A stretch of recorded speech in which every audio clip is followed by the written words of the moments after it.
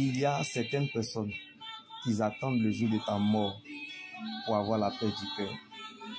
Faut les voir t'offenser. On dirait qu'ils ne vont jamais mourir. Si tu leur demandais pourquoi ils t'attaquent, ils te diront qu'eux-mêmes ils ne savent pas pourquoi ils te combattent. Être en désaccord avec quelqu'un ne veut pas dire qu'on n'aime pas cette personne, mais on s'éloigne pour éviter les bêtises. Donc, ne gaspille pas ton temps, ton énergie ou tes forces pour des gens qui ne croient pas en toi. Sinon, ils vont t'enterrer avant de te tuer. Comme certaines personnes souffrent injustement en silence parce que les gens les ont pris pour des déchets alors qu'ils n'étaient que des biens en mauvais état.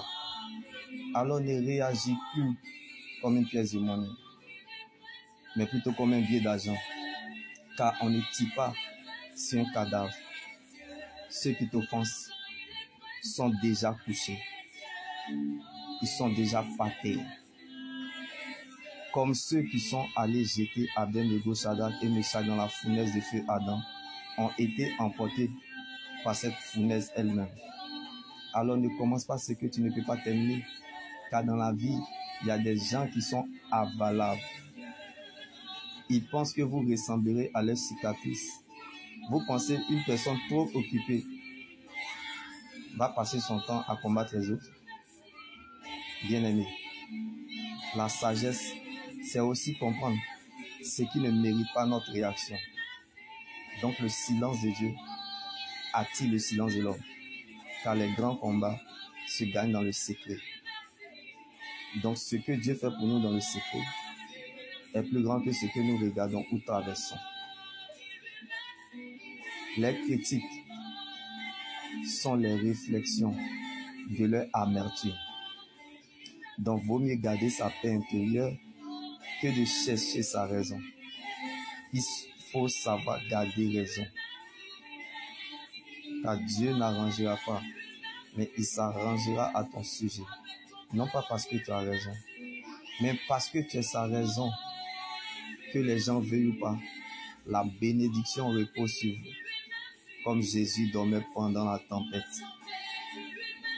Si cette situation refuse d'entendre le langage humain, elle entendra le langage divin.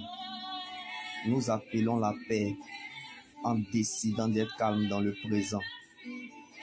Donc les obstacles ne peuvent pas changer le résultat. Car celui qui tient compte de Dieu dans sa vie, Dieu tiendra compte de lui dans la sienne. Dieu n'est pas à la première place dans ton cœur et tu veux qu'il te mette à la première place dans son cœur. Bien-aimé, si tu veux avoir la vie que tu rêves de vivre, commence à vivre la vie de celui qui détient cette vie-là. Jésus est la vie dans nos années. Donc sa place dans notre vie n'est pas négociable. Certes, tu as perdu la bataille, mais non le combat. Car tes batailles d'aujourd'hui t'équipent à tes combats futurs. Les bénédictions futures attirent toujours les batailles et les combats dans le présent. Donc le désert révèle la valeur d'une personne et tes combats dépendent de la valeur de ton étoile et sont liés à la promesse de Dieu sur ta vie. Donc nul ne peut échapper au plan de Dieu tant que tu n'as pas encore réalisé le plan de Dieu. Tu ne peux pas quitter la scène. Donc ceux qui ne te voient plus, comme Lazare était dans la tombe, mais la révélation n'était pas dans la tombe, qui ne disent pas que tu es mort, mais c'est l'Éternel qui t'a pris pour te former. Tu as disparu de là où tu étais, tu vas réapparaître, tu reviendras sur la scène, mon Dieu te rétablit et te rétablira encore comme la résurrection de Lazare. Dieu te fera prendre le contrôle de la bataille que tu as perdue et t'intronisera là où personne n'a cru ou pensé te voir entrer un jour. Même si tu ne veux plus croire, le ciel croira à ta place, car Dieu ne t'a pas emmené si loin pour t'abandonner. Donc tes doutes ne feront pas douter Dieu, car ce n'est pas la joie du moment qui compte pour Dieu, mais plutôt la finalité de son plan qu'il a déjà établi pour notre vie. Donc la fête changera de camp. La vie est ce que nous pensons. Le diable cherchera toujours à te montrer ce que tu penses.